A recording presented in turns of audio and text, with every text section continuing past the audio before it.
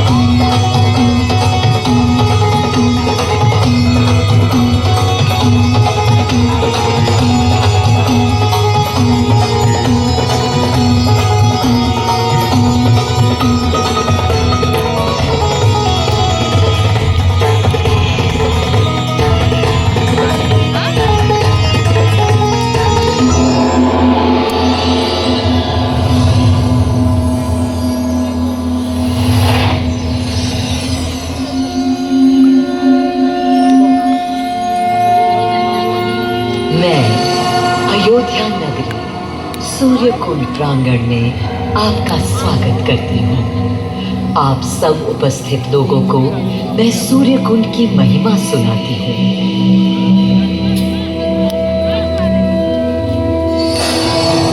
भारत की मिट्टी अनेकों दिव्य आत्माओं की जन्मस्थली है, पर आज मैं आपको कथा सुनाऊंगी भगवान विष्णु के उस अवतार की जिनके अवतरण से मैं पावन हो गई सदा सदा के लिए। माँ कौशल्या की गोद में जन्म लिया मर्यादा पुरुषोत्तम श्री राम ने अधर्म के नाश के लिए, धर्म की विजय के लिए।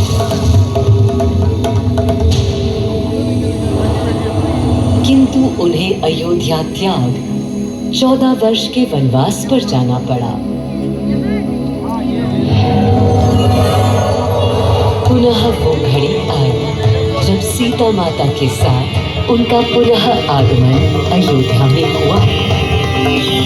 हर्ष था चहुओर और उल्लास था हर दिशा में। वो घड़ी बस आने को थी, जिसकी प्रतीक्षा में मैं विद्वल थी। जाने कब से प्रभु राम का राज्याभिषेक बस होने को था।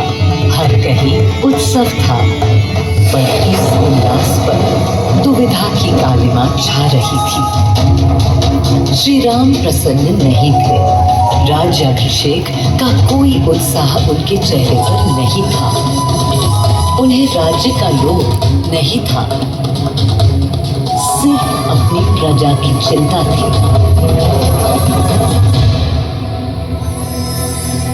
सबके मन में एक ही प्रश्न था, कौन हल कर सकेगा श्री राम की इस दुविधा को, मिटा सकेगा इस अंधकार को? किसके तेज से छट जाएगी ये क्रांति?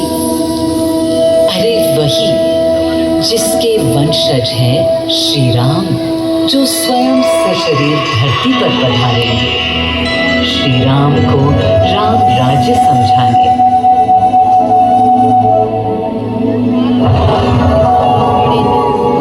ये गाथा उस शक्ति पुंज की है जो पृथ्वी पर जीवन और सृष्टि का केंद्र था, है और रहेगा। वो अखंड शक्ति स्रोत जो दिशा दिखाता है सतत अनवरत, जिसने श्री राम का मार्ग प्रशस्त किया, आदि नारायण सूर्यदेव।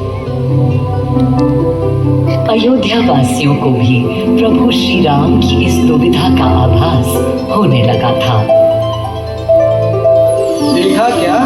तुमने देखा क्या? कितने सकुचाई से श्री रघुवीर थे। पद की प्रसन्नता या दर्प निरप होने का ललक या उमंग कोई कुछ भी तो दिखी नहीं। मुकुट सामने रख कितने अधीर थे। वे तो थे अधीर नहीं, हाँ थोड़े गंभीर थे। सौम्य मुखमंडल पर निर्बलों की पीड़ा थी, दीनहीन असहाय वंचितों का दर्द था। उनके लिए मुकुट अथवा राज सिंहासन वैभव का लोभ नहीं। अब कैसे सुखी दिखे जब तक सुखी सारे लोग नहीं। तब दिशा निर्देशन के लिए श्री राम ने स्वयं सूर्यदेव का स्मरण किया। श्री राम सूर्यदेव का आवाहन करने लगे। क्लांत मन से उन्होंने अपने पितामह को याद किया। मन असमंजस में था उनका। कर्तव्य की सही दिशा उन्हें सूझ नहीं रही थी। क्या उचित है प्रजा के लिए, उनके लिए, वंश के लिए, धर्म के लिए, शांति के लिए? इसी परामर्श के लिए अंतर्मन से उन्होंने सूर्यदेव को पुकारा।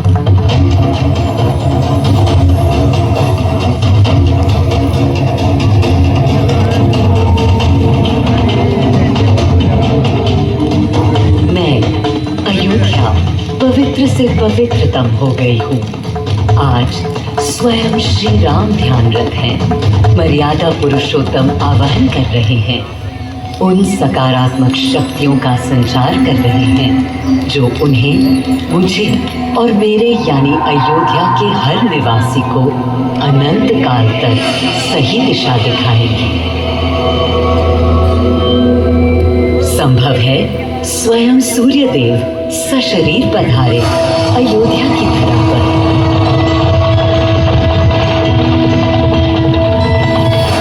और देखो, श्री सूर्यदेव आने को हैं।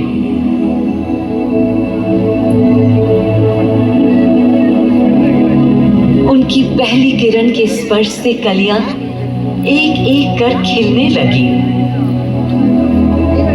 जीवन की कांति हर ओर धीरे धीरे फैलने लगी।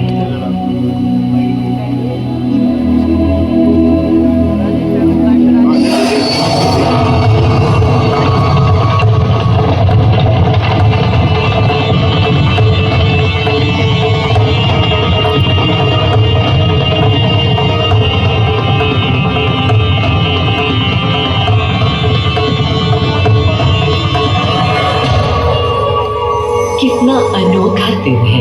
स्वयं सशरीर अपने अलौकिक स्वरूप में पधारे हैं श्री सूर्यदेव नारायण और उनके अधीर मन के संशय मिटाने को।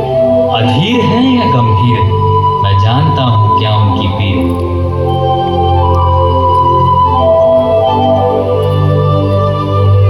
माँ कौशल्या को प्रणाम। कहाँ है राम? अरे भूलूं ये बात कि कौन बड़ा है। आज्ञा हो तो आपके चरण छू लूं। अरे नहीं नहीं, ये क्या करते हैं आदि पुरुष? ऐसा अनुग्रह सर्वथा अनुचित है। राम वंशज हैं आपके, क्यों पाप का भागीदारी बनाते हैं पितामह?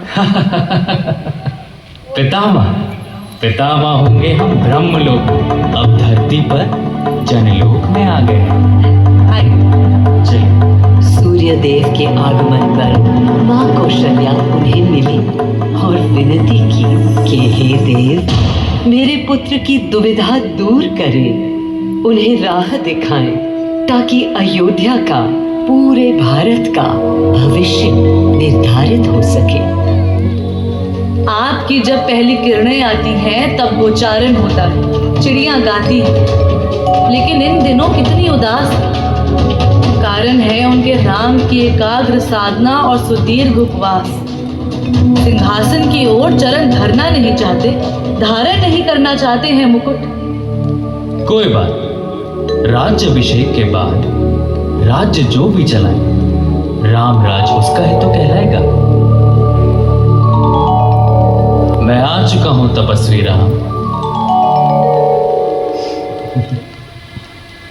मनस्वी राम, अपने नेत्र खोलो।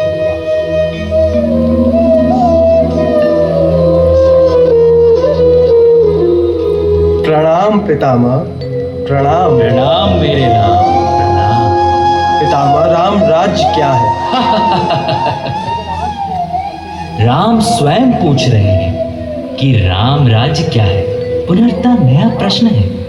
अभी तो आप कह रहे थे जो भी मैं चलाएगा। कह रहा था कि राम राज्य में राम के लिए भी विधान होंगे। आदिदेव, कुछ अनुमान तो मुझे है, लेकिन अब आप बताइए क्या विधान है?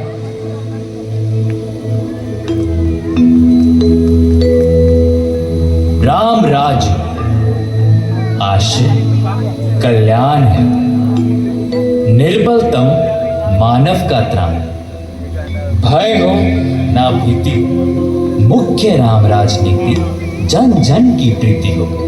लोक संरक्षण हो, सत का आभास हो, परमानंद प्राप्ति हेतु मंगल उद्भास हो। प्रेम परम तत्व हो, सब में समत्व हो। दैहिक दैविक या भौतिक संतापों की औषधि अचूक राम बाण है। राम राज्य आशय कल्याण है, निर्बलतम मानव का त्राण है। प्रमोदित अपंतव, आस्था का घनत्व, वैभव विशाल, मेघ करे वर्षा और सदा ही सुकाल। दिशाएं सब मस्त हो, जनपद ये स्वस्थ हो। उपद्रव ना ही और ना कोई आतंक हो। कोई नहीं रंग हो, सुख ही सुख निशंक हो। प्रेम योग धर्म मूल्य प्राण है। राम राज आशय कल्याण है। माँ कौशल्या, अभी ये मुकुट मात्र सोने का है। मैं इस मुकुट को राम के साथ सदा उपस्थित होने का बना देता हूं।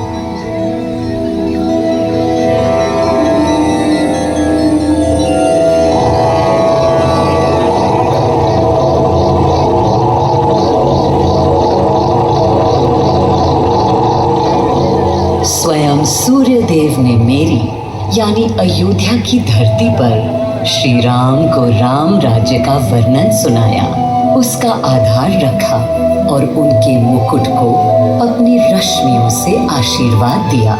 श्री राम के नेतृत्व में हर ओर खुशहाली, प्रेम, शांति और संयम फैला। हर ओर रोशनी, प्रकाश और जीवन का संगीत गूंजने लगा। राम राज्य का पथ दर्शाकर चल दिए सूर्यदेव पुनः अपने लोक, ताकि अनंत काल तक अयोध्या ही नहीं, पूरा विश्व उस शक्ति का संचार अनुभव कर सके। हर दिशा खिल उठी श्री राम के राम राज्य से। सूर्यदेव के स्पर्श से पावन हुई मेरी धरा, पर जहाँ उनका रथ रुका था वहाँ स्वयं यह कुंड बन गया। समय बदला, मेरा और इस कुंड का स्वरूप भी बदलता गया। स्कंद पुराण के अनुसार यह स्थल घोषार्क तीर्थ के नाम से भी जाना जाता है।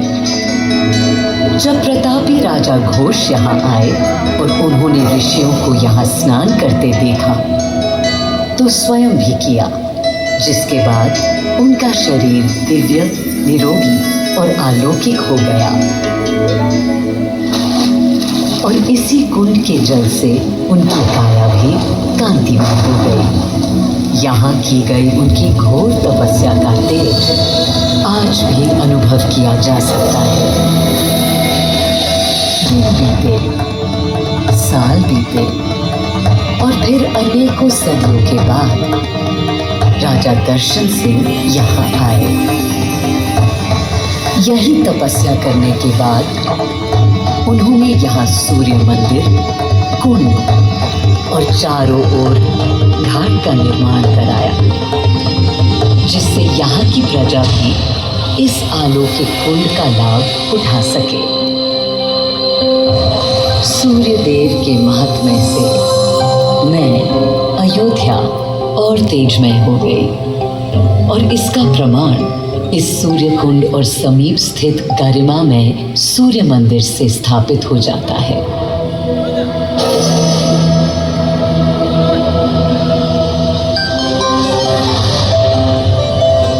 मैं अयोध्या इस हर्ष से भूली नहीं समाती कि मेरी ही धरती पर राम राज्य की आधारशिला रखी गई। आज भी अयोध्या एकता, आस्था और शांति के लिए उदाहरण बनी हुई है।